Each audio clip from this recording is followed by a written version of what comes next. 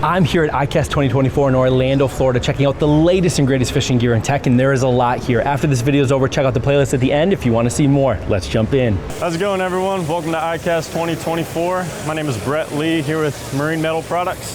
We have an exciting new product for y'all this year. We got our rechargeable bubble box. It's lithium-ion battery powered. It's got 4 modes on it. We got a low, medium, high, and high plus. We've also got, right now it's running on our constant mode. We've got a pulse mode, where it's gonna run for 5 seconds and then shut off for 5 seconds.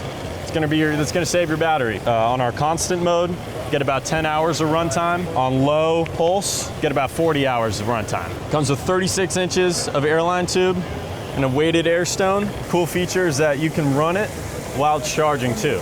So if you got bait you're trying to keep at your house overnight, keep the pump running, plug it into the USB-C cord that's included with the product. This product is going to charge you about $49.99 retail. You'll be able to find this product in any fine retailer.